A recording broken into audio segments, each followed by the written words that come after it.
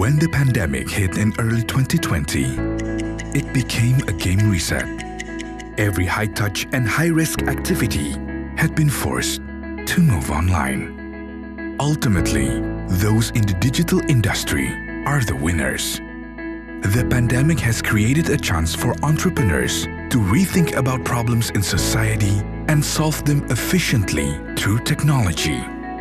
East Ventures supported startup companies to identify these problems, as well as to focus on their core strengths so that they could adapt to the crisis, survive the worst of the storm, and come back stronger. Resilience, resourcefulness, and discipline become the key traits of success. The pandemic has served as a patch to Indonesia as a platform, which now has advanced digital infrastructure and more than 200 million internet users. In the end, COVID-19 is merely holding us back for a time. We are now witnessing how Indonesia's digital economy is preparing itself to slingshot towards its golden era. The recent merger of two Indonesian tech giants is a testament to the potential of Indonesia's strong digital economy. This is just the beginning of the rise of many startups in the future, from Indonesia to the world.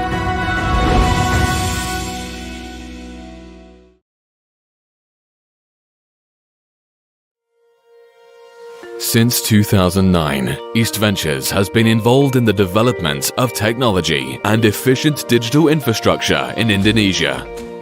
We have witnessed tremendous growth of the digital ecosystem in the last decade. When the COVID-19 pandemic hit Indonesia in 2020, it became a game reset. Yet, the nation's ability to overcome the crisis, combined with high digital adoption, has brought us into a new chapter. 2022 is the next normal, and it is the right moment to move faster to further optimize the digital ecosystem. Indonesia will soon be able to enter its digital golden era. The rate of digital growth in Indonesia is increasing. Hence, the regional digital competitiveness is becoming more equal. This can be shown in the top 10 regions, which range from Sumatra to Sulawesi, DKI Jakarta, West Java, Special Region of Yogyakarta, Banten, East Java, Bali, East Kalimantan, Riau Islands, West Sumatra, and South Sulawesi.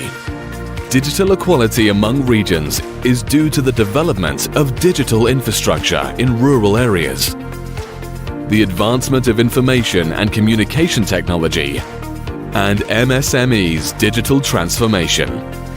This can be seen in some provinces, such as West Sumatra, the Special Region of Yogyakarta, East Kalimantan, South Sulawesi, and West Papua. This year forward, the digital economy will continue to grow, accelerated by digital technology innovations. Information and communication technology as the foundation will play a key role to catalyze the digital government, digital society, and certainly the digital business. This includes the sectors from e-commerce, logistics and transportation, financial, tourism, education, healthcare, and many other sectors. With all the growth we are experiencing, it is also important to drive the sustainability of the digital ecosystem. And it can be achieved through the implementation of the environmental, social, and governance, or ESG approach. These sectors can only be accelerated when all stakeholders work not in silo, but hand in hand. And these solid building blocks will pave our way towards Indonesia's digital golden era.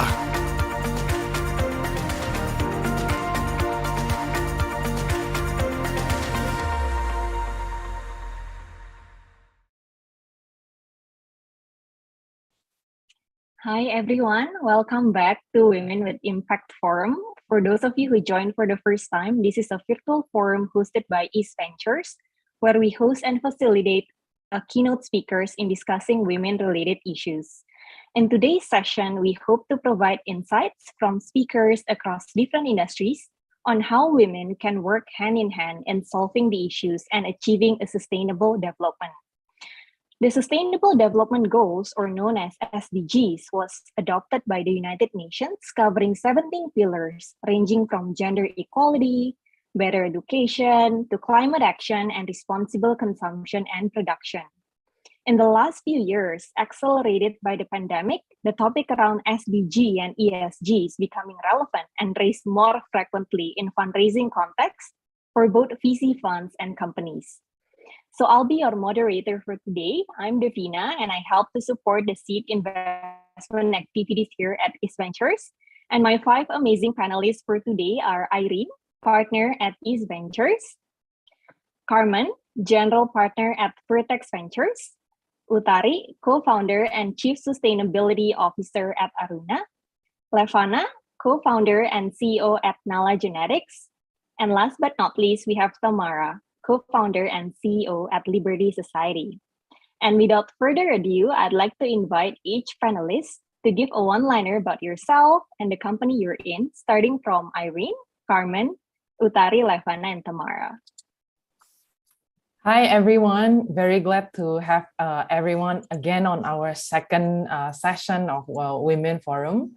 My name is Irene. I'm part of East Ventures. We are an early stage agnostic venture capital firm investing in Indonesia and across Southeast Asia. I've been with the firm for 5 years, where I help to facilitate the Indonesia's operations of the firm.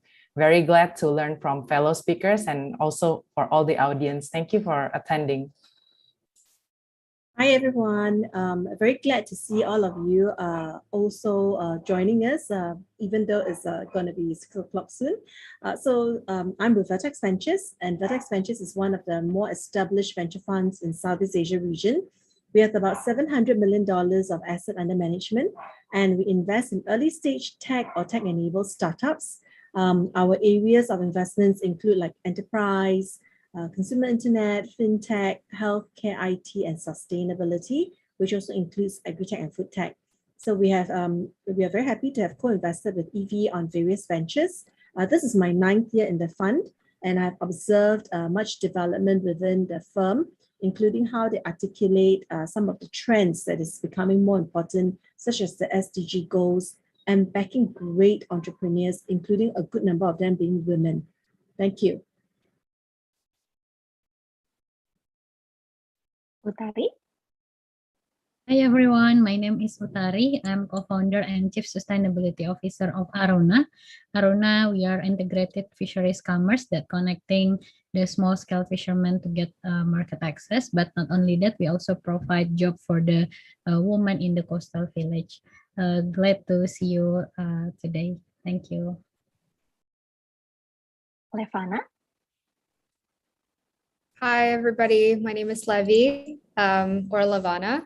I'm the co-founder and CEO for Nalagenetics, and Nalagenetics is a company that focuses on building genetic testing kits and software to address the gaps of diversity in genetic discoveries, especially in Asian populations.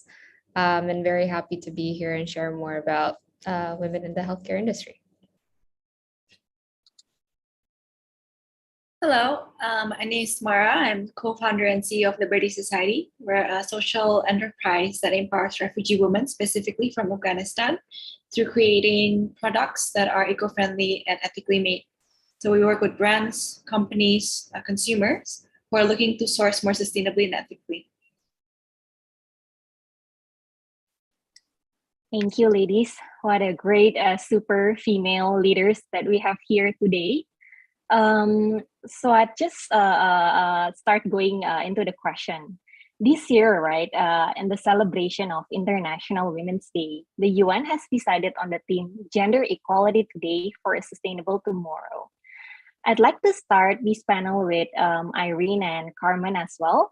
You guys are the seasoned investors here, female partners of major VC firms in Southeast Asia.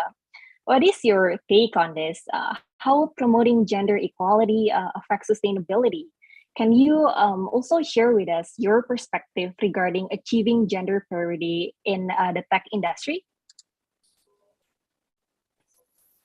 Yeah, I think this year was a very important year where ESG becomes like a common conversations with all of the investors across different stages as well. So there's consistency where there's a spotlight, and there is like a big importance that the whole collective institutions are conversing and trying hard to get there, right? And when we talk about SDG, definitely gender equality is one of the conversation, and that definitely sheds a light on how improving gender equality, things like female leadership in senior positions, and helping on female entrepreneurs get on the way on venture capital funding track is definitely one of the aim that we want to get there, right? And in terms of like ESG, I think there was this research that was released to say that female are twice as likely to invest in impact related sectors, right? And that actually very encouraging. So it means that as we push more females in decision-making position, it will also alleviate and it will also increase the representations of, I think, gender equality as one of the SDG goal, but also collectively what impact really means. As we have more female in the decision maker, if they can push for this and raise the conversations with all the infrastructure also ready to support this, I think we are very close in making much further impact. Either it's in the environment, either it's in sustainability, economic empowerment, and even in gender representation. So I think it's a really good time. Yeah, thanks, Irene. So I have a slightly different look at it, right? So I must acknowledge first and foremost that male and female are created quite differently, but at no time and to no extent should women be excluded from opportunities. So even as I observe our startups, and Vertex has got quite a number of startups where we have got female co-founders, I've observed a quiet strength of the female founders in juggling ops matters, so the operations behind the scene, while the other founder, generally the male, is out fundraising or managing investors. So I do notice that complementary strength that they have, and I have a theory on this, but and I believe that it will shift in time for the better. And on sustainability for tomorrow, I believe it always has to start with access to education, right? Once when we are able to have children having access to education, that's when people are more aware of what it means to have equality. So it is actually very heartbreaking that there's a report I read as recently as 2019. This report is actually done by somebody in EU. They noted that about 103 million children worldwide are not in school, and 57% of them are girls, and there's about 770 million illiterate adults. 2/3 of them are women. This is really tragic to me. And some of this could be due to the political upheaval, such as what is happening in the Ukraine-Russian borders, and the displacements of the people group, right? And therefore they lost the opportunity. But despite the limitations, platforms such as Thrive in Australia, they provide loans to refugees, and a good number of them are female. And these platforms actually give them loans to start businesses. And in that process, it actually gives them dignity. It gives them the economic uplift and also a future for their children. So ultimately, the society will win when there's positive economic contributions in those areas. And while physically women are generally of a smaller build, but in terms of the mental abilities, we are really no worse off than our male counterparts, honestly. So when we look at the female founders that we have backed, we have female founders that range from a whole lot of industry verticals, from the sciences to engineering, manufacturing, fintech, blockchain, deep tech, whatever. I mean, if you can name it, there's always a woman who have founded businesses in that space. So we shouldn't be confining ourselves to what seems to be traditionally acceptable as women industries, such as edutech or beauty or fashion, right? These are just like general statements. And similarly for male, they also should not be confined to certain things like, oh, they are good in engineering, mathematics, and whatever. There's always a space where we can coexist and be mentally equal to each other. Thanks so much for sharing. And actually, right, I stumbled upon this very interesting research finding that also suggests that increased gender inclusive leadership in any kind of organization, right, not in just like a certain types of industries, is connected to improved overall ESG standards and scores. And so talking about industries, right, I'd like to move on to the blue economy. People here normally don't think of the ocean in GDP terms, but the term blue economy, right? And if we were able to add the livelihoods associated with the oceans, it actually equals to the 7th largest economy in the world. It's a very massive size indeed that is still often being overlooked at times. And so Utari, right, as a co-founder, you have a very interesting title called Chief Sustainability Officer. Can you tell us more about what the title entails? How did you get so passionate in improving the livelihood and sustainability of Indonesia's fishing industry? And on top of fishermen, you mentioned that you're working closely with women in rural areas. Can you share with us some of the initiatives that you've launched? Yep. That's interesting questions, since I think the Chief Sustainability Officer is not a common title that we have in Indonesia. But since Aruna, we are working close with the fishermen and the coastal village, we understand that we're taking something from earth. That means we have responsibility to giving back to the earth. So based on that mission, we want to make sure that everything that we take from the ocean, like the fish and so on, we need to maintain the sustainability itself. And we want to ensure that every stakeholders that works with Aruna, include the fishermen, the women, and so on, they will using our framework in sustainability to do like the daily business operations. And with that, we ensure that we using the concept called triple bottom line, that consists of the people, planet, and the profit, which means we need to take care of and ensure that every people, like the fisherman, the woman, they will get the good profitability first, and after they can have a good profitability in their life, they can also educate as the people. We educate the people to understand what is sustainability, and after that we can give some program related to the planet, which means we take care of the ocean, we use the eco-friendly fishing gear, and we do like the mangrove planting and so on. There is so many activity that we do with the fishermen and the community.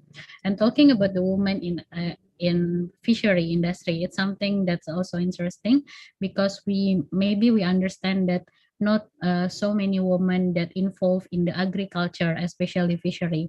When even me, when I start Aruna, there is some negative perspective from my family itself that called that agriculture is not something for a woman. It's not suitable because we need to go to the ocean. We need to talk with so many fishermen. And most of them is a man, and it's not friendly enough to the woman environment. But then when I start Aruna, I realized that there is so many potential and position that fit for the woman, especially the woman in the coastal village. And then we do training session for the woman to give like additional value added product for the seafood, and we can do some export product and get more income for the fisherman, but also the wife or the woman in the village. So it means that there is no boundaries, especially in agriculture. There is already a space for the woman to do creativity and so on to increase the value added for the industry itself. So yeah, I think that's the reason why in Aruna we decide to have like Chief Sustainability Officer and create specific division in sustainability. I love it. I really love the title itself and also all of the amazing initiatives that you've been doing. So earlier, Utari, right, you talked about having these metrics specifically to measure those kind of impacts. But as a company who has, done fundraising yourself, how do you kind of balance like a profit versus impact? And Has this been ever like a question by any of the investors? Yep, that's correct. I mean, every company that want to become like the social impact company, most of them sometimes have a dilemma about choosing like between the profit and also the impact. But what we realize in Aruna, if we want to create the impact, we need to thinking about the profitability first. But it not mean like we get as many as we can, but how we create like the profitability, but also can create the impact. For example, we create, this is one of the example of our OKR for the fishermen that catch for example, the baby of the lobster. If they give it back to the ocean, then they will get the point. But the profitability for us is if they give us the high quality seafood and not get the baby from the ocean, then we can produce the high quality seafood. So what we create in the standard operating procedure is just produce the high quality one and don't crash or give something back to the ocean. So that's just how we create like the standard, and it's just we create everything based on the standard, but also ensure that every regulation that we met, it's also will give profitability for us. So I think that's how we need to create like decision based on that perspective. I see. I love it. Impact and profits can actually coexist along with each other. Actually, not like either or off, right? All right. So last year, right? I think Deal Street reported that only 1 out of 10 startups globally has a female founder. Levi, you and Astrid here co-founded Nalagenetics together, and you guys definitely count in these very small statistics. In the healthcare context, can you explain a little bit to us the importance of and role of gender diversity in treating the disease and applying medical treatment? Yeah, I think for healthcare, there's a very famous example where women just basically receive medications or metabolize medications differently than men. And the reason why that happens is because clinical trials are traditionally designed around healthy white males in the US, which is where a lot of the clinical trials were happening. And so when we decided to work on this very specific field called genetic testing for drugs or pharmacogenetics, it was important for us to try to understand how big does the impact of gender diversity in clinical trials. But someone else did it better. So this was a group of researchers in Colombia that found that women take longer to metabolize medications and experience twice the number of developing adverse drug reactions based on hundreds and thousands of data sets, what they call real world evidence data. And so that was, and the way that, people are trying to correct it by developing algorithms or being more aware and experimental designs are all very important. And these are very little things. It's not like a huge, big event or a huge, big like changes that we can make or be loud about. It's keeping women in mind when we reach out to make marketing materials, when we design experiments, when we reach out for collaborators and create biobank protocols. A lot of these things are very important for us to take note. A lot of the impact for women in healthcare really is pretty natural to think about because moms are the ones who take care of their babies when they're sick, or they nurture their babies naturally. They throughout age, and they'll start to make healthcare decisions for their families and their parents.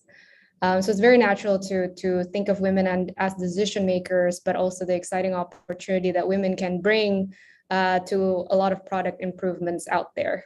So that's why I think women is very important in the healthcare sector. And being said that, right, women hold a very important role towards the overall health progress of the society. how, if you were able to give like a piece of advice, how should we, what can we do to empower more women to enter the healthcare industry? Yeah, I was just looking this up. It's so 70% of doctors are males. And apparently the biggest reason for that is because in Indonesia specifically, which is one of the biggest commercial area for us, is that we have this 2-year rotational program that encourages or requires doctors to be in rural areas in Indonesia, and their families just don't want them to. And it's so unfortunate, right? That it is a requirement that we can't be flexible about. But I also understand the complexity of the situation. So I think and additionally, because we're a biotech company, I also looked up the statistics that only 3% of women are Nobel Prize winners. So we can do a lot more, and I think the part of where I hear a lot of people do is increasing the funnel size. So making sure that women are learning STEM and are encouraged to take these, like Carmen mentioned, traditional industries that were thought to be men or women. There really shouldn't be anything like that. And the second part is encouraging or listening to women's needs and developing programs around that. It's harder to do, but it's very necessary.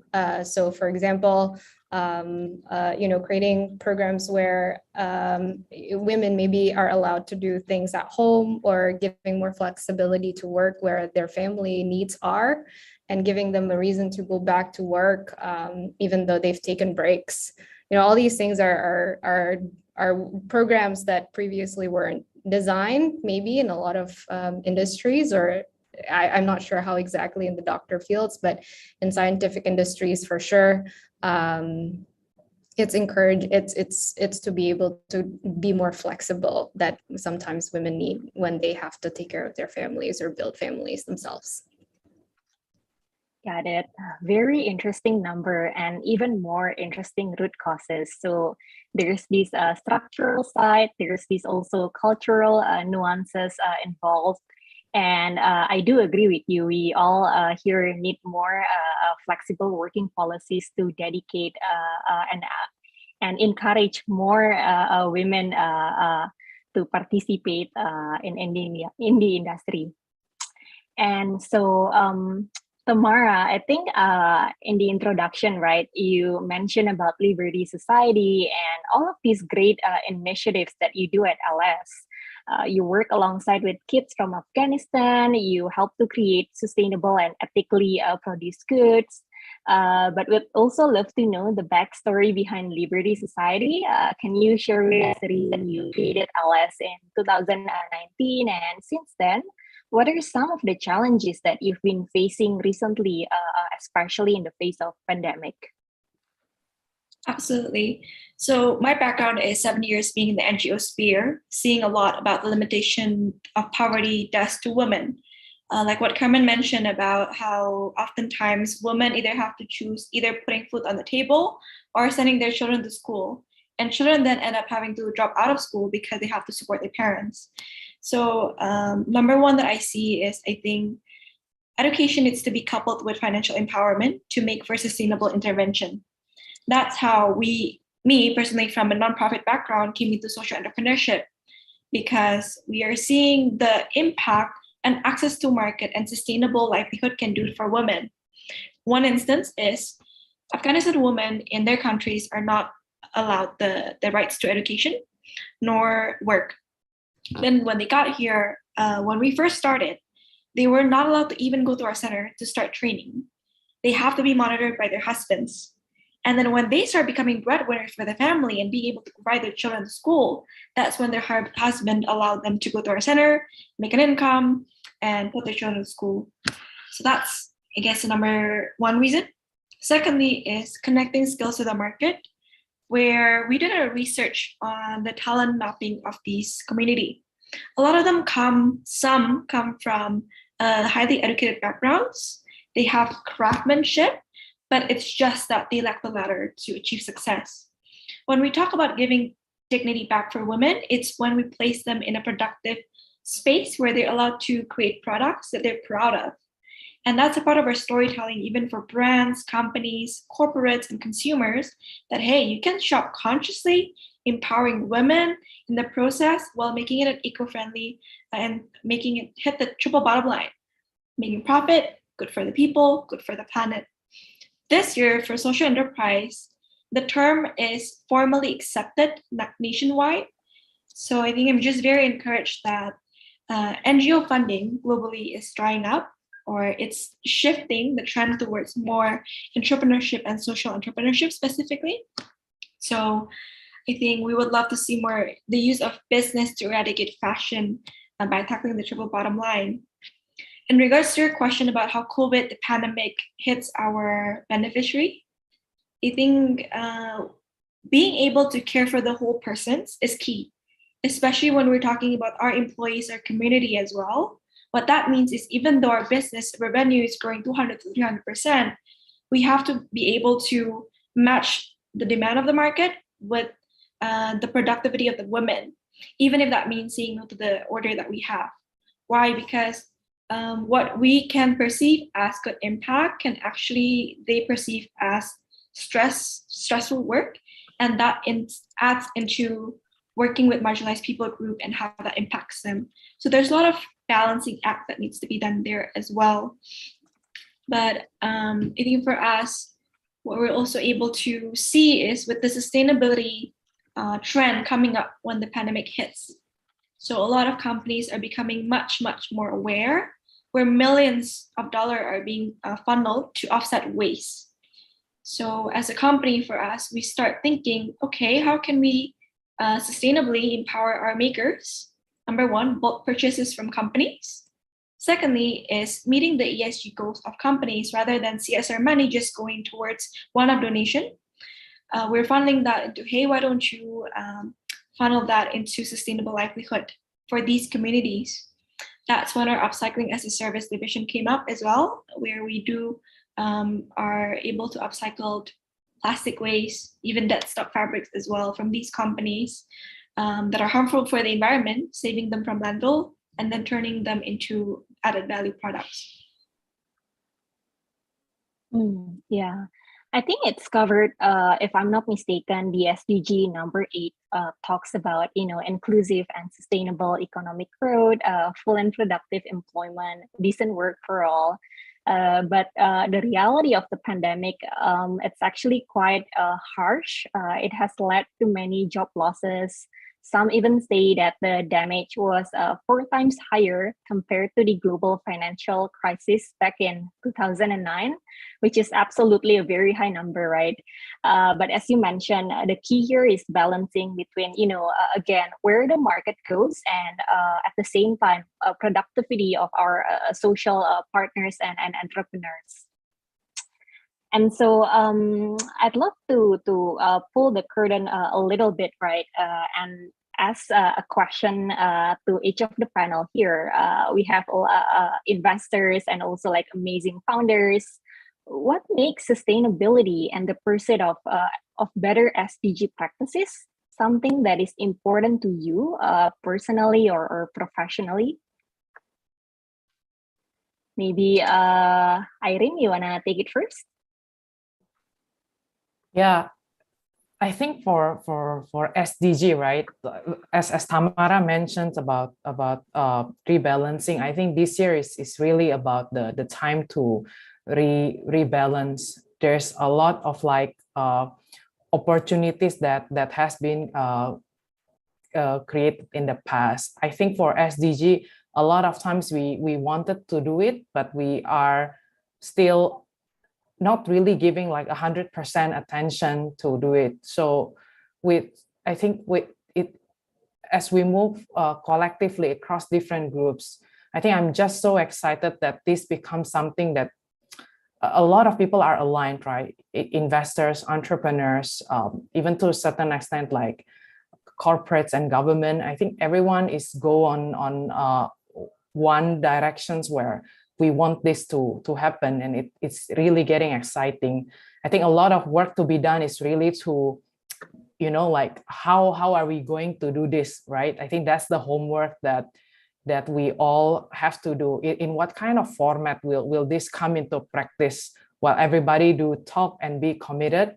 So I think that part gets me excited because everybody is committed, and it's like a drawing canvas, right? Now we are able to have a conversations with different some of the groups we haven't talked before, but we start going on it, and it becomes like we make new friends, and this time around with a very clear end in mind that we are able to come closer to some of the goals that maybe 3 or 4 years that has been talked about, but now it's coming close that the reality is coming here. And to hear like all the speakers are around here as well, it's very inspiring, and it's sort of like create like a, like it's possible that we are able to achieve that. Carmen, what about yourself as a fellow investor here? Any similarities or differences to what Irene experienced? Yeah, I am actually very encouraged. Actually, the train for SDG has already moved off the bus bay, right? It has already moved off from the stop.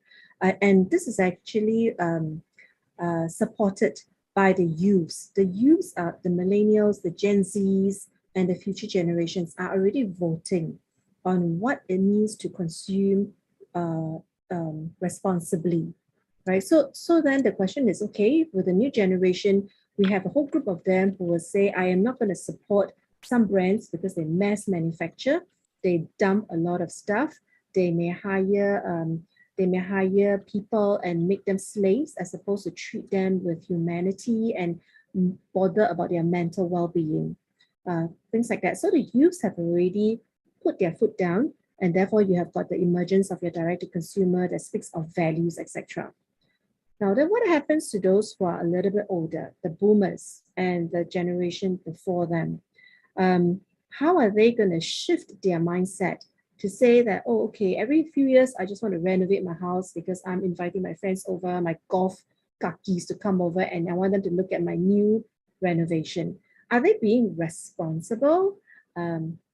So where exactly does ego end and responsibility start, right? Or caring for the environment. Then at the same time, it also means a reset actually for the entire industry, right? Why is it that we have got wastage? Because somewhere along the line, people are fearful that, hey, what happens if we have run out of products? So let's just manufacture more to constantly stock. And as a result, if we were to say we consume responsibly, there's actually going to be a negative economic impact. So the train is moving forward for us to now look at how do we consume responsibly. Not only do we have to slow down the train, we have to ask the train to go backwards because we are not going to buy 100 kilograms of whatever. We're just going to buy what we need. So is the world really ready for a reset? Now, even if we are not, because this is not good news, right? Then can we now slow down our manufacturing? For the board of directors in some of these companies, be prepared to have a worse off top line, but maybe a more respectful, reasonable, responsible bottom line, plus a few more matrices. So I think it is an interesting conversation that requires a lot more people rather than them raising their hands and say, yeah, I support the SDG goals. What does it really mean?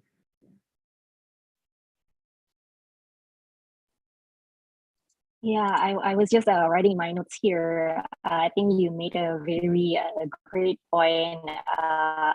The rising awareness among the youths about consuming sustainably, and as a result, right, the emergence of sustainably made products. And I do agree with you. I think we are experiencing a great mind shift towards more sustainable practices all around us. Across different industries, even within the investor VC financial services ourselves. Utari, as a founder, right? Any take on this? Any similarities or any overall thoughts about it? I totally agree when we think about the integration between the government, the founders, the youth people, the community itself. Because when we talk about sustainability, as Aruna, we work with together with the people in the coastal village. We understand not all of the people in there understand what is SDGs itself. So we need to make a very simple communication way to the people in the ground. They don't understand the concept, but they know how to implement that. So the function of us, not just as a company, but we also need to translate it to the people in that village, to something that very easy to implement. And if we just doing it by ourselves, it cannot be happen. That's why we also have collaboration with the investor and also with the government to create like the event or the activation or the digital communication to the people in our community.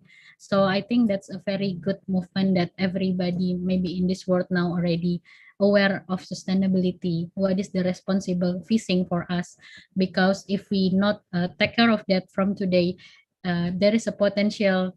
We always joke like this in our community. If we don't do responsible fishing for today, then in the 10 or 12 years later, then we cannot consume seafood anymore. So that's what we always giving like the mindset to our fishermen, so they now have more understanding about sustainable fishing. Thanks, Utari. That statistic and timeline is definitely very near and very real indeed. Levi, I know that you spent a good number of years overseas, studying, working, fundraising. Any of that experiences shape to how you pursue a better SDG practice, whether personally or professionally? Yeah, I guess what SDG or sustainability goals and healthcare is a no-brainer.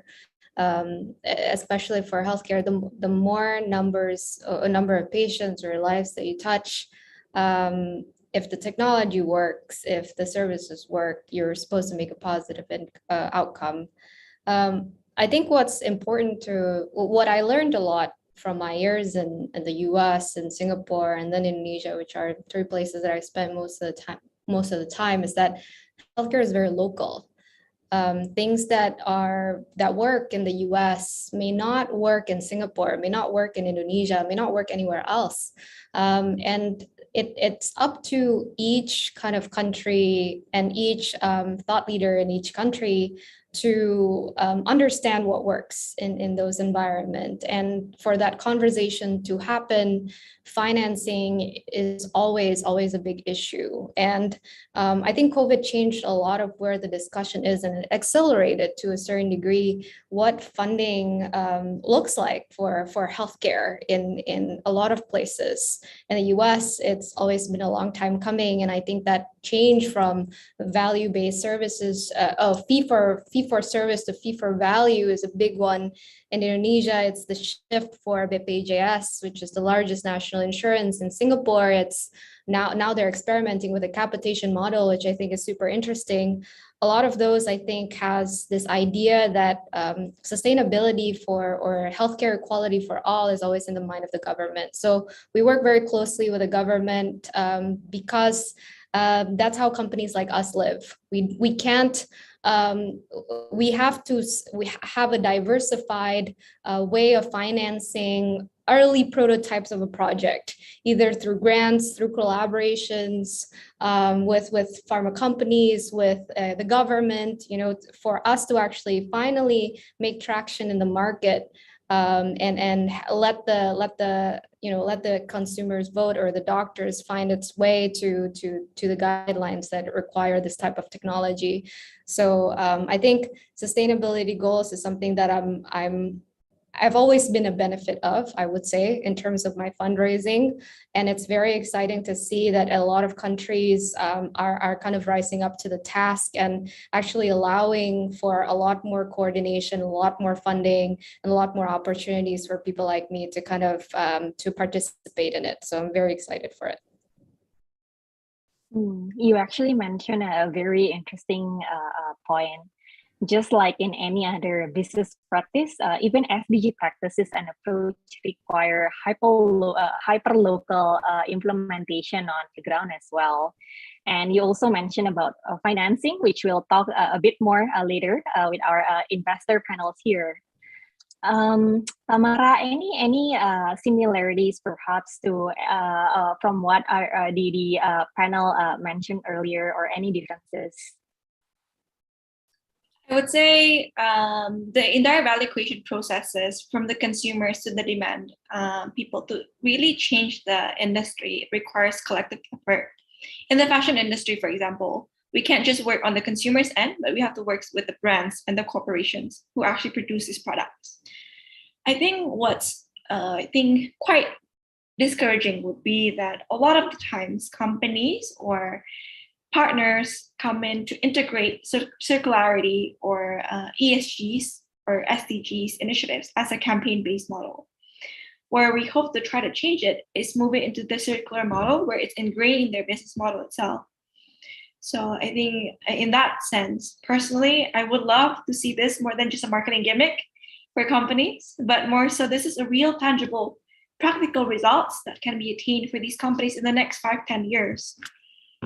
Secondly, we talk about personal aspirations or personal motivation for sustainability. Young people, I think, are looking for ways to contribute, but they haven't seen a big enough model to follow. That's why I'm really glad to be in this panel, where a lot of us are integrating profit with a purpose.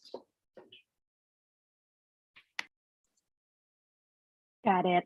Collective effort is key to achieve a meaningful result involving everyone in the value chain. And so I think earlier, right, Levi also mentioned about financing part. And today we are looking at extraordinary amount of capital and enthusiasm towards investing in strong ESG companies. China saying they're gonna reach the net zero by 2050, and they're shifting their economy towards green economy, which is very massive, and bringing this impact to the other economies as well. To Irene, right, as an investor, how would you describe the venture capital's role in supporting to achieve these goals? Can you also share with us some of its venture's thesis towards ESG investments? I think we play like a frontliner role, right, to how venture capital's nature of operations, like there's a whole like a ready set of infrastructure that can help companies from ideation stage up to all the way to exit. Like I think Southeast Asia region has benefit a lot, and we at East Ventures talk about how this is a year of rebalancing and the year of giving back as well. So with venture capital, I think how capital is moved, and how venture capital plays a role in determining and helping to shape like what kind of industries of tomorrow. Like it is very important that we take a look and lead the role as for this, right? So as how technology, I mean, like we've been investing a lot in technology companies. Like one of the things that I like to say, right, because we are in developing countries, that gives us some kind of like slight benefit, that there is always a way to shape it, that investing in some companies with that has a big impact, either is to SMEs, or like how Tokopedia has give a lot of opportunities for people to participate in more fair economic development. Or we see how other companies in Indonesia like Gojek, Tokopedia, and sort of like create even more fair opportunity and opening access to finance and all. Like this gives like a benefit that as companies operate in a big scale in the developing countries, they create impact, but there needs to be more thoughtfulness and more angle, and to really think through about what kind of industries that we want to shape. And venture capital has that role and has that ability to create that. I mean, we invest in early stage companies. Like Carmen goes on Series A and above, and we whole folks are there are continuations of investment. So we have that benefit or privilege to be able to help create. So I think venture capital do have to think about formalizing and how do we create and be committed to have more of this, right? So this year been a lot of conversations internally. I think we have like maybe already couple of sessions that talk to our investment professionals how we want to focus on some of these key initiatives. We are committed in developing more framework to how we can incorporate this ESG into our investment decision-making process. And I think it happens to many other firms. And I think as the investment industries goes into this sector, this approach, then it's very promising. And the time is, I think, when Utari mentioned, like, and you said as well, like the time is very limited. Like we have to start very soon, and it really requires everybody to collaborate. And the challenge is not easy, right? Because there's different generations, different mindsets to change. But I'm pretty optimistic. Like if we are able to garner the support and everybody moves in this direction, then we are coming close to that as well.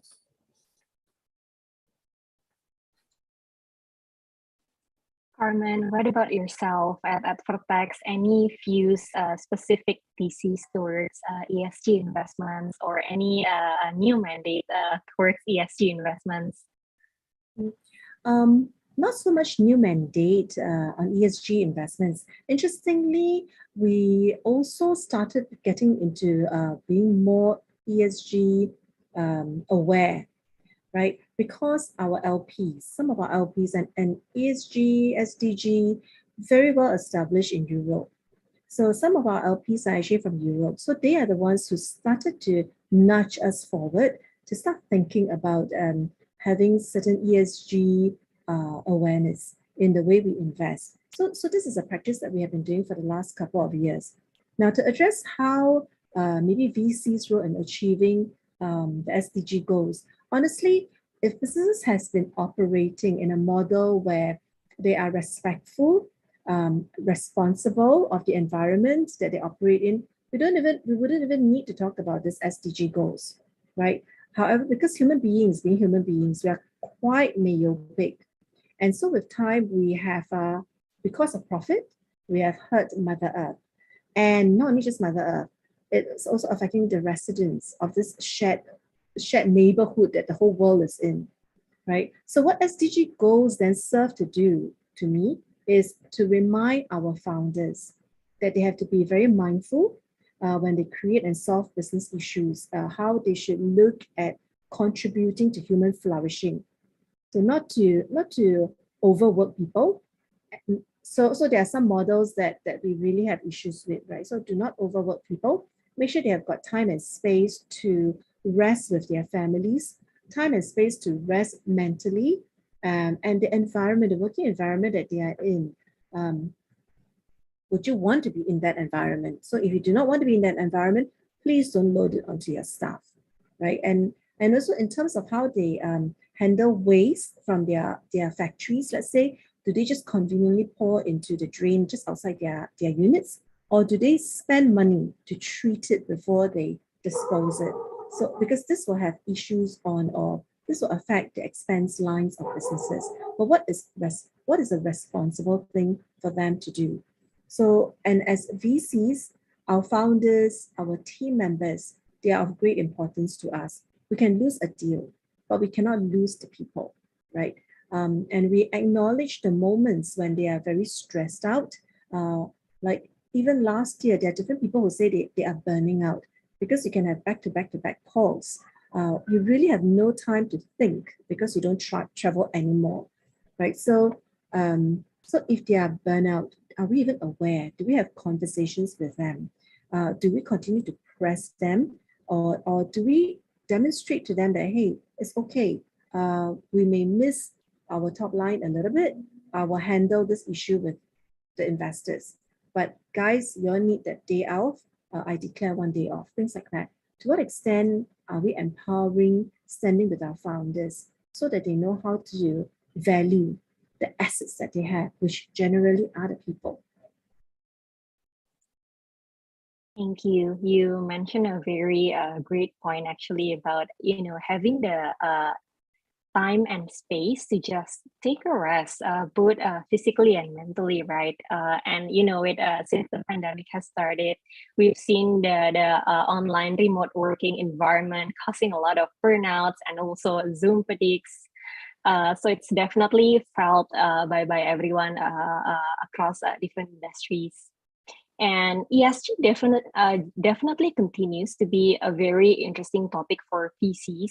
How do we actually mobilize capital to solve some of the world's most intractable problems? We're talking about healthcare access, even like access to clean water or access to education. And also, I'm curious, right, as investors yourself, both Irene and Carmen, how do you approach ESG investments in terms of balancing profit and impact? Again, this is the classic question, right? Needing to bring a financial return, but also making sure that we're delivering the impacts. And is there any way that we can actually measure those impacts?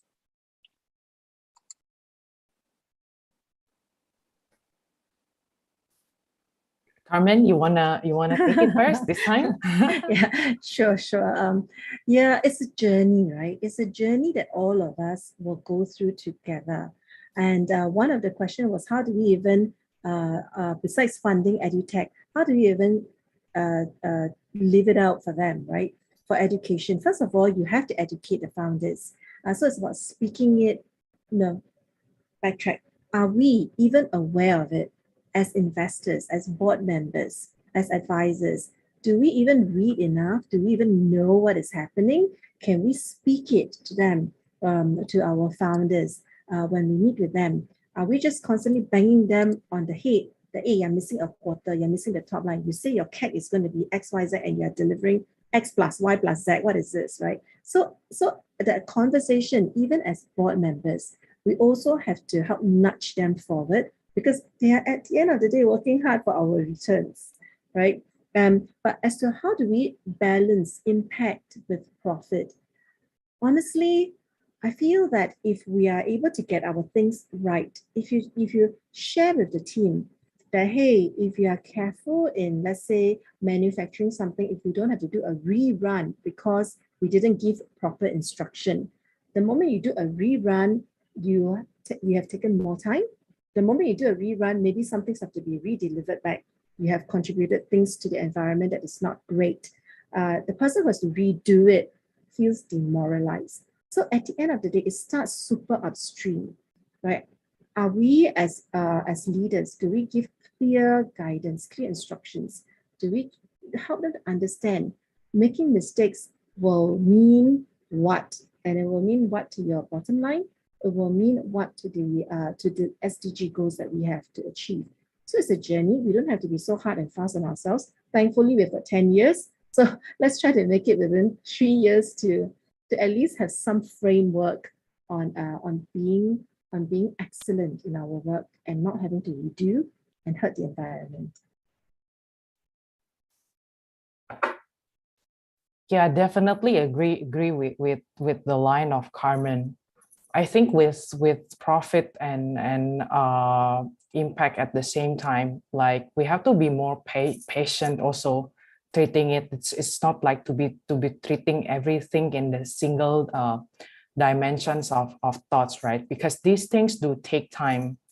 As we speak about this as well, I mean, when we look about like how the world is changing, it also changes very dynamically as well. And as investors, I think sometimes we have to acknowledge that we are also learning on this phase, and together with our founders as well to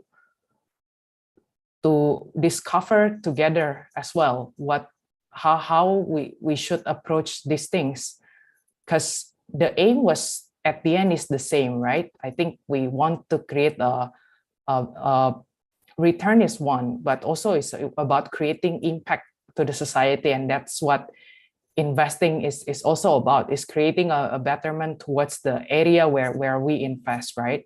So it should be a continuous conversation, and I think as an investors we should be more patient and be willing to listen also to what aspect in the specific fields that, and what are ongoing issues or affairs that happens in there, rather than only focusing on certain hard numbers.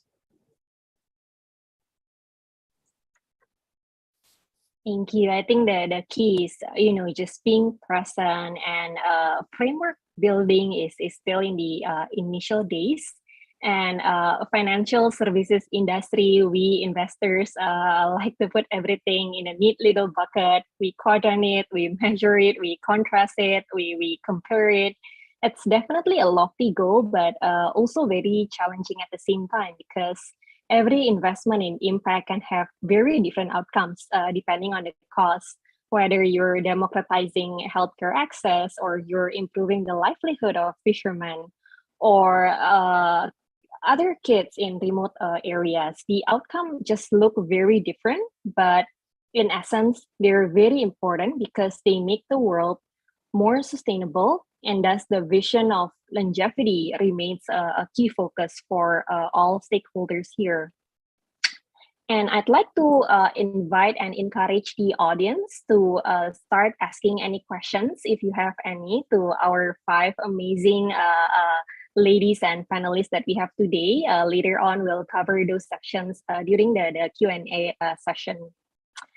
And I think earlier Tamara mentioned also about the challenges that LS face in the reality of the pandemic. And Utari and Levi, right? You guys come from both healthcare and also like the grassroots fisherman industry. Can you share with us some of the biggest challenges that you face in the field that prevents you from making these meaningful impacts, and how can investors or consumers help to alleviate the problems here? Okay, I will try to answer that.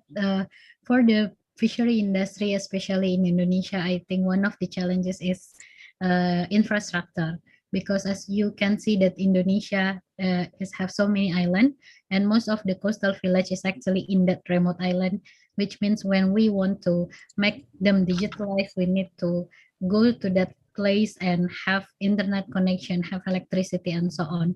And again, by having an investor that have understanding for that situation, it's very important, because what we glad that our investor have a good connection. They connect us to the solar panel, they connect us to the internet satellite, and they connect us to the partners that also can help us to solve this problem. And again, it's the importance to the startup to find like the right investor, not just for the investment, but also as a partners that will help us to solve that situation. Then we can continue to making the impact. So yeah, I think that's from my perspective, it's all about the infrastructure. But now we already have a very solution in that location, where we using like the more advanced technology in the remote place, and we also working with the government to create like the telecommunication satellite and so on in the rural area. Yeah, that's great. I think I completely agree with that. I think infrastructure for healthcare, thankfully infrastructure is the first thing to be solved. It's when people look for access for healthcare, it's hospital beds, syringes, care centers. But I think what we're seeing in newer industries like medical technologies and biotechnologies as well, where these technologies have the potential to alleviate and help with access to equal access to these new technologies, is in terms of standardization and encouragement for collaboration. And these type of things generally don't come from the institutions themselves. So public policy. So for example, a very famous example, like Obama just coming out with a statement says personalization of medicine is important, right? Just that one statement, it just mobilized the whole funding scheme, institutions, everyone's really excited about the fact that it is now taken into a public platform, that this should be a top priority. And I think standardization or the similar messaging in healthcare specifically, what exactly are we focusing on in a certain period of time is very important. I'm a big fan of the 5-year plans from Singapore, for example. They're outlining, okay, number 1 is diabetes, number 2 is neurodegenerative conditions. These are very clear aspects where people rally towards it. And not only that, they actually support with funding and infrastructure for people to be able to collaborate to address those issues together.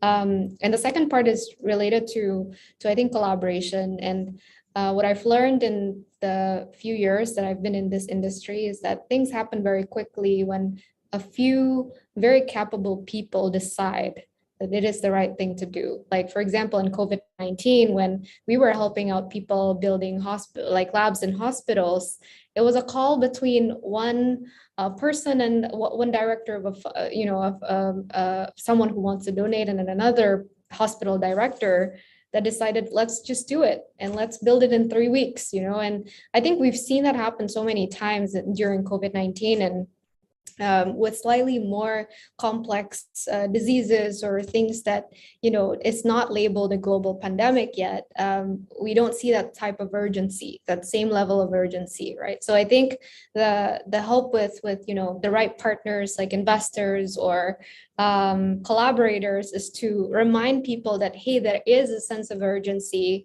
and there is a sense of prioritization that can be made such that collaboration can happen. And the fact that not one person can solve everything, or what we call healthcare disruption. We don't believe that there's any such thing called disruption in healthcare, but it's this way of, oh, hey, this is what I'm good at, this is what you guys are good at, and this is a way for us to be working together to solve this thing called diabetes or neurodegenerative conditions, as often happens. And when collaboration happens, sometimes innovative business models happen. And that's where I think it's very interesting in healthcare, where, for example, insurance companies are looking to fund or reimburse for new types of testing, which we see now. And that is collaboration between, the data science division and us, and people gathering the data set, and a lot of divisions within the companies as well. So we're excited about it, but there's a lot of work to be done, especially with people in power, and realizing that, hey, we need to make the constant effort to remind people that these are the set of priorities that we want to focus on beyond COVID-19 or whatever it is in healthcare, and encourage collaborations to move towards it. Great. I think you guys both made very great points about the need of having more supportive infrastructure, awareness, and education about the urgency itself, whether it comes from public figures or it comes from collective collaborations. And it will create a flywheel effect, right? Where all of these mind shift and awareness will create a new and more innovative business models to further solve the issues.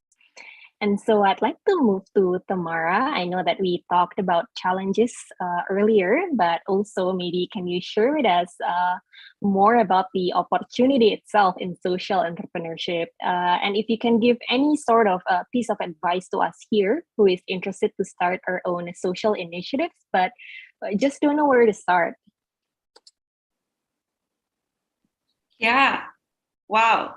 The entire social entrepreneurship industry in Indonesia. Okay. 80% are woman run. Majority are in arts and craft. Second biggest is food and beverage industry. So that's a lot of crafts, right? And also a lot of products to be sold. So even for Liberty Society, when we take a look at what's the opportunity, it's to replicate the model of training to employment, of product development services, of selling the product and connecting them to the market for these different communities to be able to increase their income and create wealth generation for the community. So there's a lot of opportunity in doing good in these small rural areas while creating livelihood generation for the people. That's what I can say in regards to the opportunity. What really encourages me is seeing when women are able to dream. And for example, after going through my experience of understanding and talking to one of our makers, for them to be able to say, hey, I never had any hope before to be able to dream that I can one day own my own company too, just because now I have the skills to actually create a product. So, teaching something so small and just contributing such a small talent from each one of us here even, it creates a multiple ripple effect that you don't even know what it's going to create in the lives of them. But then it starts with the seed of belief, just like how somebody believed in me, invested in my company, or somebody invested in you and your ideas. And then we continue on giving as women specifically, fostering that idea, fostering that belief. And through mentorship, I think there's so much talent that is hidden in the guise of poverty, in the guise of lack of education, in the guise of lack of access to market that can be explored. In regards to the motivation, I hope that kind of just give how small steps can actually lead to big things. I love it. No contribution is small by value. And so I think we start to have more questions from the audience here. There is a very interesting question about balancing impact, that green is in the eye of the beholder. So I think in the context of electric vehicles, right, combustion engine and battery engine, even like with battery technology, it still requires base mineral, and usually a mineral mining practice isn't sustainable. And so some people call it, it really depends on how you look at certain things, that a new technology itself might still have some, downs and cons in terms of practice. Maybe Irene or Carmen, you guys want to take this one? Sorry, Def, what's the question? What is your take about balancing impact? That impact itself is in the eye of the beholder. So, for example, in the electric vehicle case studies, right, combustion engine versus battery engine, even battery technology still requires, mineral mining practices that isn't usually sustainable. Yeah, what is your take on balancing this impact? I think probably it's because like the journey into making it better is not like one stop until we have like collectively eradicate all the pollutions, right? I think when a lot of entrepreneurs, they come and they think about like how the pollutions that is created are overwhelming, and they try like one step at a time in creating innovations. It's making it better. I think similar as well to how technology development or revolution, smartphone, for example, it was big, it was not accessible, it was expensive at the time, but over years of innovations, then we are where we are today. Like it is easily produced, it is affordable, and everybody can afford it. I think that will go the same as well with electric vehicle. I think we are in the quite early phase where it's not perfect, but it's getting there. And I think we should continue supporting. So as we have more even talented people coming in, I think the gap will become lessened, right? And we will come closer to that, and that will be the same. Like it's a journey, and it will become phase by phase as well. Yeah. I don't, Carmen, if you want to add. Yeah. There will always be a time when you will have two technologies coexisting, because the new modern technology needs more time to perfect, to get buy-in, to reach a certain price point, right? So hence there will be this two coexistence. And during this two coexistence, will you then say that the new technology is not impactful? That wouldn't be the case, right? It's just that they may need to reduce the cost footprint, etc. So we can live with it. However, if we are unwilling to move forward and be a little bit more inconvenient, so just taking the analogy of the EV, assuming previously we can just go and stand at the diesel engine or the petrol kiosk, 5 minutes, we can go for another 300 kilometers. Now, assuming we don't do battery swap, we have to hang around for half an hour before we can continue that journey for, let's say, another 100 kilometers. Then got to hang around for another half an hour to recharge and move on again. So the question is really, are human beings ready to slow down a little bit, to be a little bit inconvenienced so that we can embrace the new technology, right? I'm not saying that going forward, we will have to wait for charge to happen. There could be another disruption, right? Maybe we don't need that battery technology the way it is now. There could be yet another innovation. We do not know. But I feel human beings are just rushing. And because we're rushing, we live life to our convenience. And therefore, consumption of plastic bags. We don't bring our own bags because, it's free, we take a lot. Use and throw away, right? Versus, must pay for bags. Really? Must pay for bags? No, go back to plastics. So what exactly is human beings at the end of the day, the motivation for us to embrace technology that is going to be good for the environment? Are we willing to take a few steps back, slow down?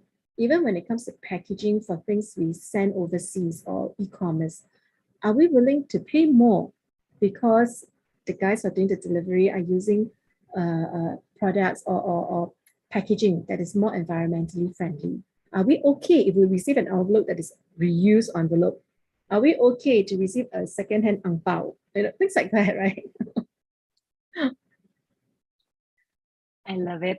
Second-hand ang paos. All right, and so we have another question from the audience here. Janfrey from Smart Friend. We understand the importance of education to drive sustainability. How is VC's role in supporting the education or value besides through funding to edutech? Carmen, I know you mentioned about importance of education access earlier. Maybe you want to take it? Yeah, I was hoping that we would have answered it earlier on. So this is where, as board members, as investors, we also be a bit more patient in educating our founders. First of all, we must be knowledgeable. We must equip ourselves with what exactly is this SDG goals. Do we talk to our friends on, hey, how are you rolling this out in your companies? And we have to be prepared to be vulnerable because we will have many times and we'll say we don't know, right? So we are also learning. Then after that, it's about sharing with the founders and for the founders to then go down to their N-1 to speak it, live it, walk it. And so that's the way education has to work, right? We can't expect them to know it today because we told them this morning. All right, and I think that helps to answer the question. Another question from the audience here is that not every woman have the same opportunity. Some of them might struggle with either economic condition, family, or career. Is there any advice or practice that you can share with them through this forum? Tamara and probably Levi, you guys wanna take this one? Levi, you can go first. I'll take a stab. I think this famous saying of there's a way if you try, or when there's a will, there's a way. I think it's somewhat true. But then for women, I think it's trickier. So really finding a guide or a mentor has been so important for me. And a lot of the things when women feel like it's impossible or it's too, it's just, there are so many other priorities about being a woman that seem a lot more important. I think the fact that you can see other women maybe do the things that you thought was impossible may give you a lot more hope, and more importantly, life hacks. I think just to be very practical, right? Is there are just certain things about, in Nalagenetics, we have a group of women, and how do we, schedule breast pumps between meetings, or is it okay to kind of do that? These kind of support groups are just so important. But I think more than that, there are more and more, I feel like, resources to allow for specifically targeted for women. And I've heard some women say that, oh, I shouldn't really appeal to my diversity so much or stuff like that. But I think it's more and more, it's very important for us to be very proud and very loud about the fact that, hey, we're, I'm the only one in my research group that's a girl, and that application to your PhD application or to your master's degree application, I think that's something to be celebrated about. And a lot of women, I think, are not proud about that fact enough. I was one of them, and so being celebrated for that is a good idea.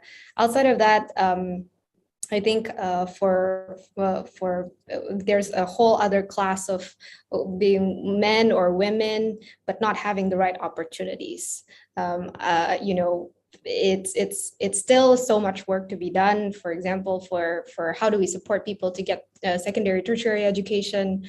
How do we actually look for more people beyond Ivy Leagues or beyond these brand names into companies? These are all very important questions that surpass women or men still. And I think the key there is, I've heard so many creative solutions, like not looking at where they graduate from. When they were looking at resumes or things like that. So being creative and looking for different opportunities, and always being aware, like Carmen and Irene said, about what people are doing out there and trying it out ourselves is a key aspect, maybe for us to be able to kind of support this.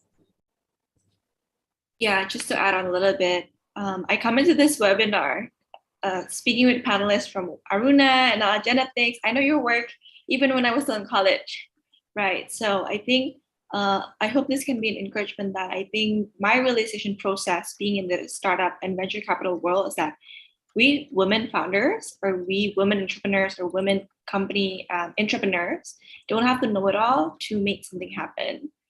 In fact, when you're admitting that you don't have it all together, you're weak, you're limited, that's when you should reach out, like what Levi was saying, to mentors, to partners, investors to work with you for that goal. So even though through a lot of failures, oftentimes it's at the end of the day, it's kind of what grows us as well as women. Yeah, I love what you said earlier, Lev. Be creative and looking for opportunities, just like Nala's initiative in breast pumping schedule. So we have a question here from Chelsea from Helicap. There are many speakers from different panelists here.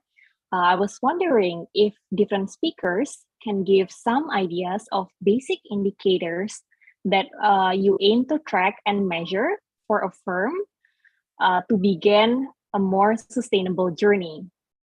Utari, you wanna take this one first? Yep.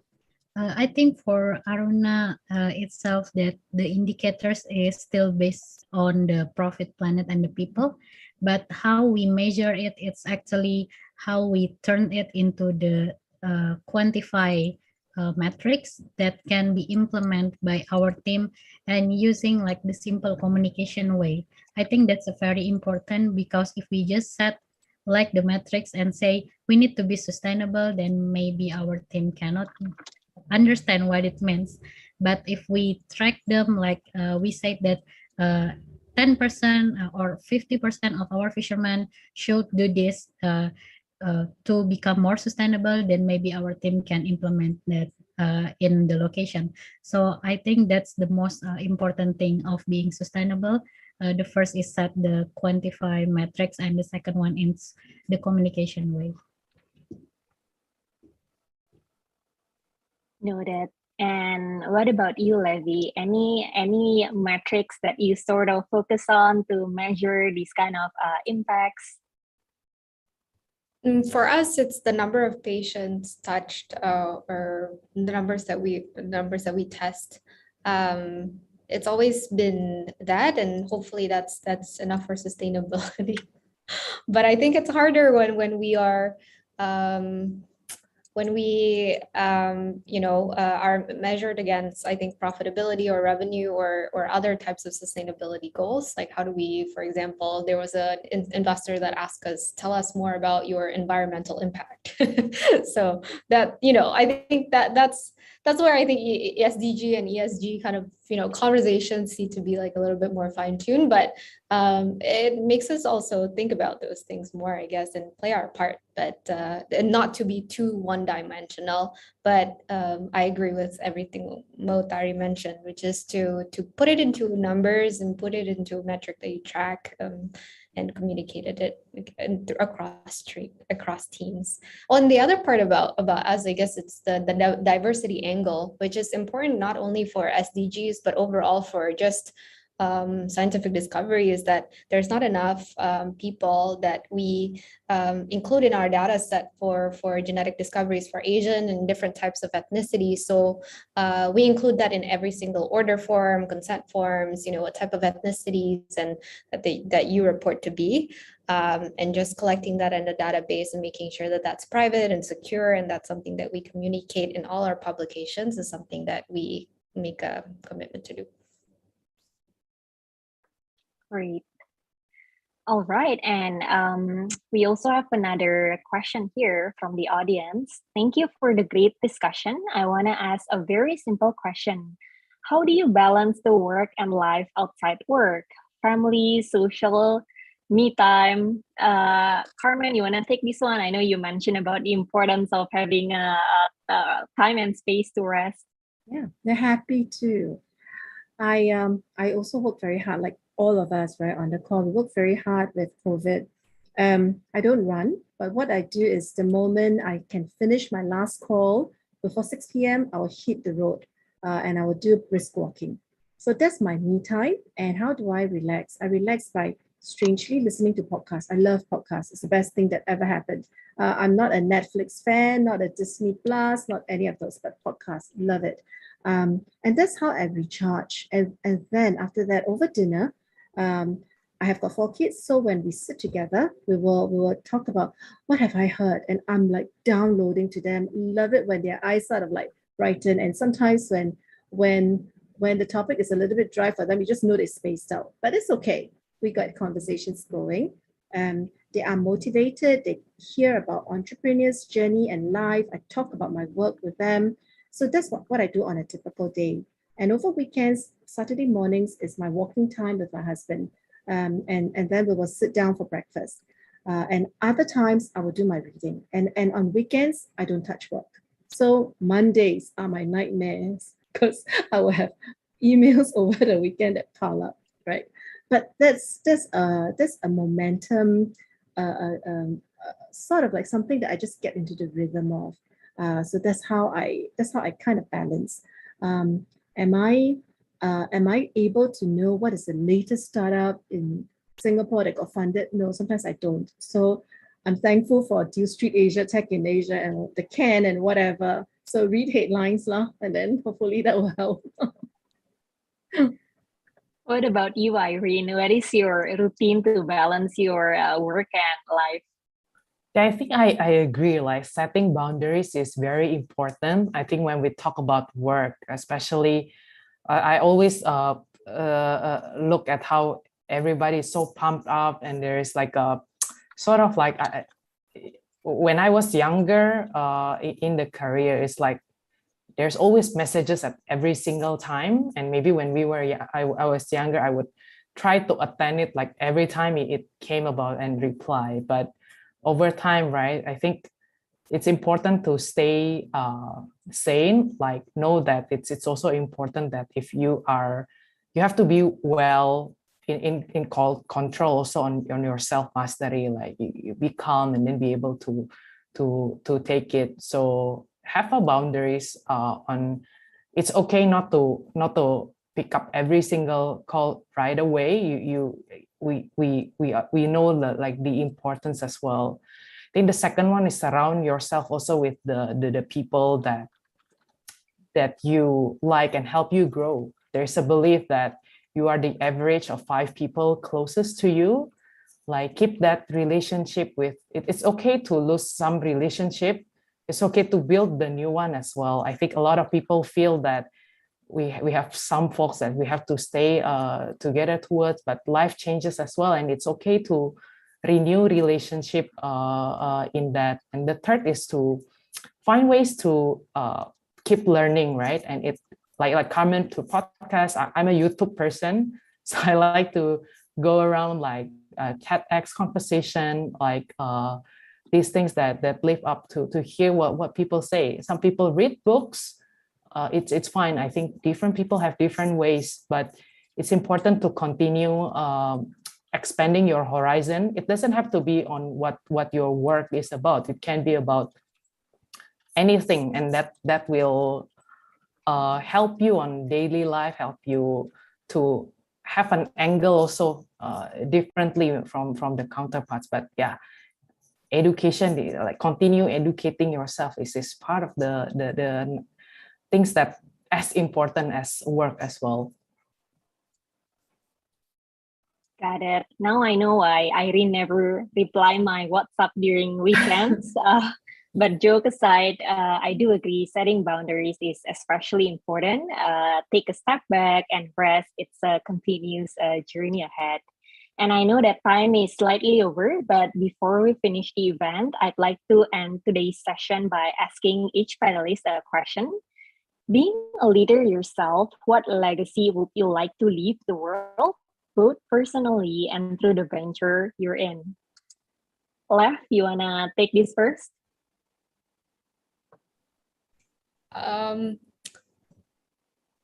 The legacy that I want to leave is that it's so that's a really hard one, but I think the legacy is to have the reason why I started Nalagenetics is to make technologies equitable for underserved countries and underserved areas. It happens to be genetic testing now. I had a choice to stay in Boston and move back, and I made that choice. And hopefully, Nalagenetics can stay and become a testament that it is okay to grow slower, but grow together with the market that you're in. A message to both your investors and consumers, I believe. Okay, Tamara, any piece of any thoughts on this one? Yeah, I do hope to see a lot more young people starting to make the connection with older generation of investors and private equity and whatnot to really just get them going, that their ideas, and they have amazing ideas that can be actualized. It's just that often I think people are afraid to ask for help. And if I can leave a legacy, it's for people to actually just like ask for help, have courage, and be kind, and do impact for the society. Utari, what about you?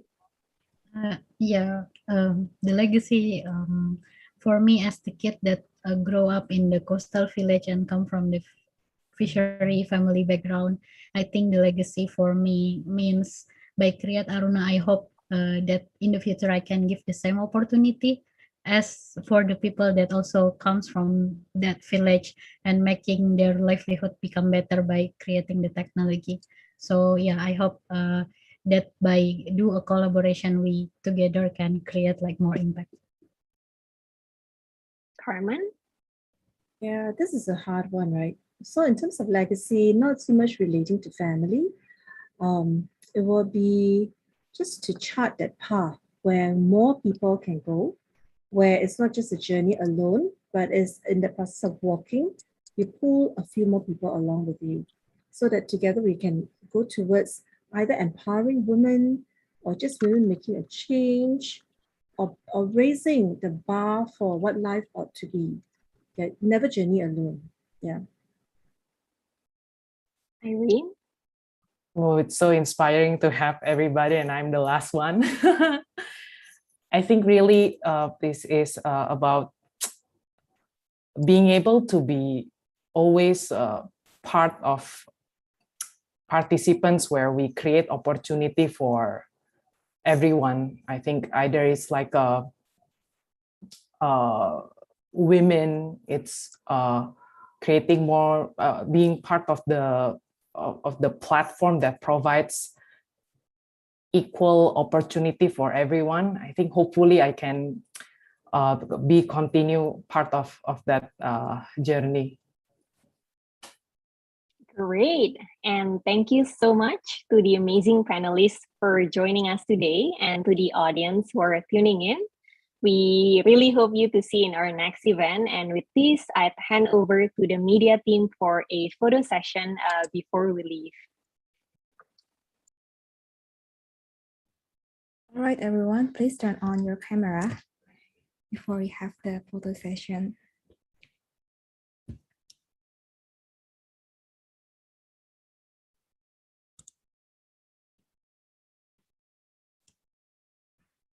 All right, I'm going to start. Please smile in 3, 2, 1. Once again. In 3, 2, 1. All right, thank you, everyone. Thank you. Thank you. Tthank you so much, everyone. Thank you so much. Have a good evening. Have a good evening. Bye. Bye. Bye.